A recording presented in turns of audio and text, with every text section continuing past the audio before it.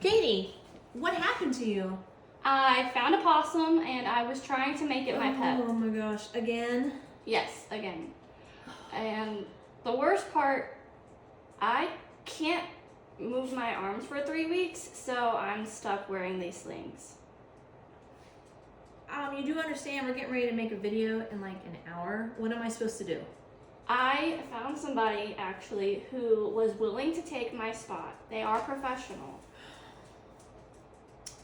Oh my gosh, okay.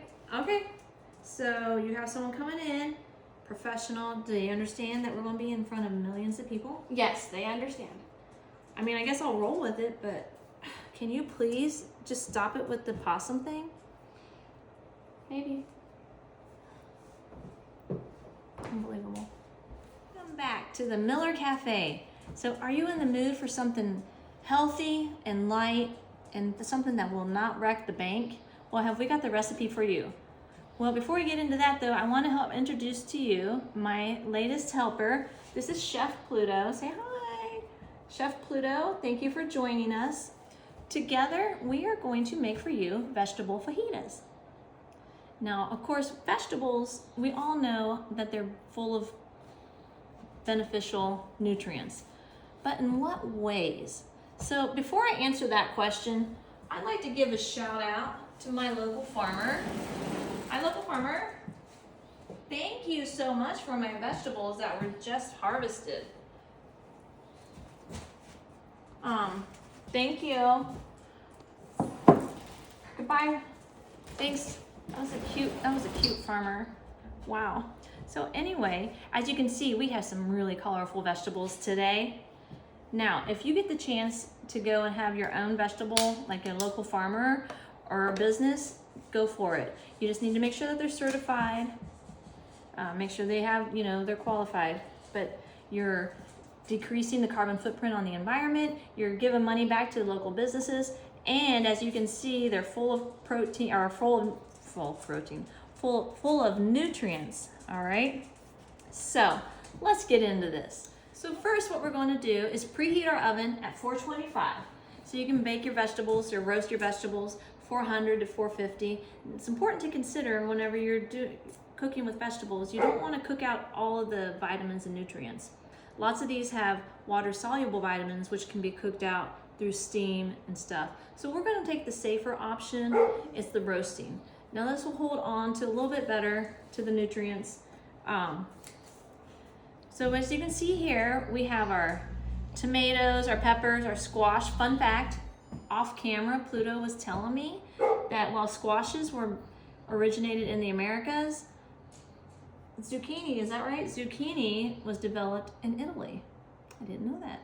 So anyway, speaking of zucchini, they are full of all kinds of beneficial nutrients. They're high in antioxidants, high in fiber, and we all know what that means. So they're also high in vitamin B and vitamin C, which is good for the immune system. Before we start chopping up these vegetables, I want to point out that you always need to be ready. Have all of your gear ready. I've got my peeler, I've got my grater, I've got my trash bowl. This is for all your excess. It's just nice and handy. Keep it in there. You've got your little salt and pepper.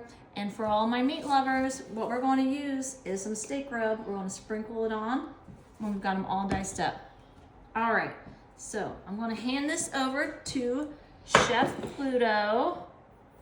And then when you're ready, you can just give those vegetables to me.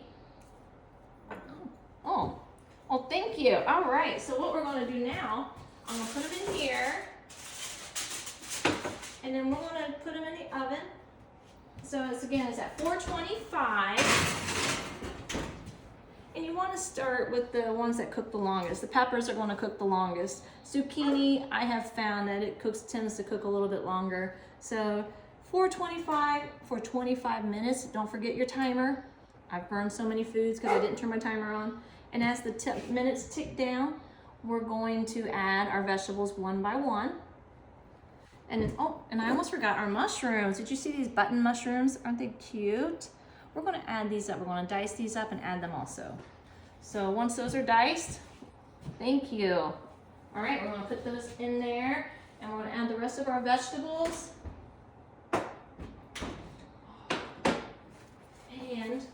25 minutes later, we have, look at all these beautiful colors. Wow. See, we didn't really affect the integrity of the vegetables. They still kept a lot of their nutrients. So now what we're going to do is, now that we have those cooked, we're going to heat up our tortilla shells. And tortilla shells, I used to say, let's fry them up, but I don't say that so much anymore. Just heating them up, just give them a little bit of warmth, that's fine. So once we do that, we're gonna pull them out.